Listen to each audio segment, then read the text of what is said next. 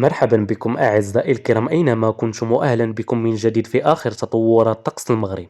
إذا كالعادة قبل أن نبدأ هذا الفيديو نرجو من المتابعين الأوفياء دعمنا بلايك لكي يصل هذا الفيديو لأقصى حد ممكن وتعم الفائدة على الجميع، وشكرا. قبل أن نمر لآخر المستجدات بالحالة الجوية المرتقبة بالمملكة ليوم غد والأيام القادمة بمشيئة الله، سنحلل في الأول صورة السات التي أخذت قبل قليل. من خلال تحليلنا لصورة السات تبين لنا أجواء غائمة بأقصى غرب الواجهة المتوسطية وبشمال أقل من الصحراوية، ومرور سحب أخرى من الأجواء العليا بأقصى جنوب أقل من الصحراوية. ما عدا هذا ستبقى السماء صافية إلى قليلة السحب بباقي ربوع المملكة، هذا مع استمرار الطقس البارد والصقيع لا سيما بمرتفعات الأطلس والهضاب العليا الشرقية والريف.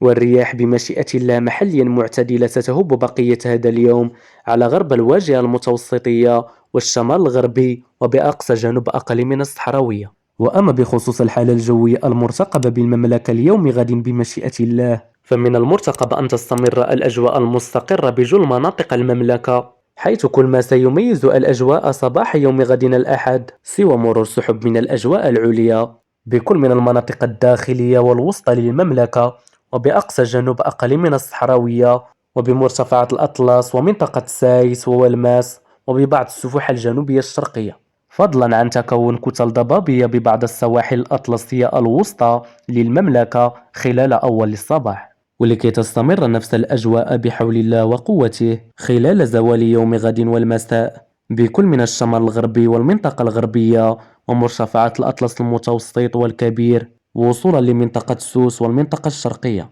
مع فرصة تساقط بعض الثلوج الضعيفة جدا والله أعلم خلال مساء يوم غد ببعض قمم الأطلس الكبيرة الجنوبية كقمم أيت حدو يوسف. ولكي تصبح هذه السحب العليا منخفضة لا سيما خلال مساء يوم غد بكل من الريف والواجهة المتوسطية، لكن بدون فعالية والله أعلم. هذا مع استمرار الطقس البارد والصقيع لا سيما خلال الليل وأول صباح يوم غد الأحد بدرجة حرارة تتراوح ما بين -7 وناقص 6 درجات تحت الصفر بكل من مرتفعات الأطلس الكبير والمتوسط، وما بين -3 و0 درجة بكل من الهضاب العليا الشرقية والريف ومرتفعات الأطلس الصغير، وما بين 2 و6 درجات بكل من منطقة سايس وولماس وهضاب الفوسفاط والمناطق الوسطى والداخلية للمملكة. وأما بخصوص الحالة الجوية المرتقبة بالمملكة ل10 أيام القادمة والله أعلم، فلا زالت التحديثات لحد الآن ثابتة والله أعلم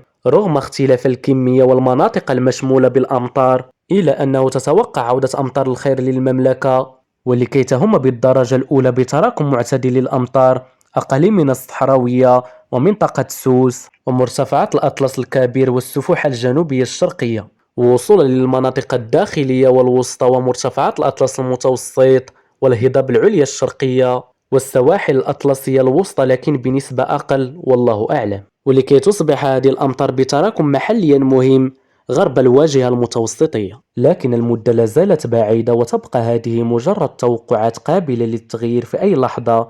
العلم عند الله عز وجل، نحن نتابع. كن في الموعد وإلى اللقاء.